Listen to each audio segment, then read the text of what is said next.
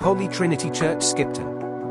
The first building was believed to have been wooden and dating back to the 12th century. The stone church was built in the 1300s and was restored by Lady Anne Clifford after the English Civil War. The church has been struck by lightning twice.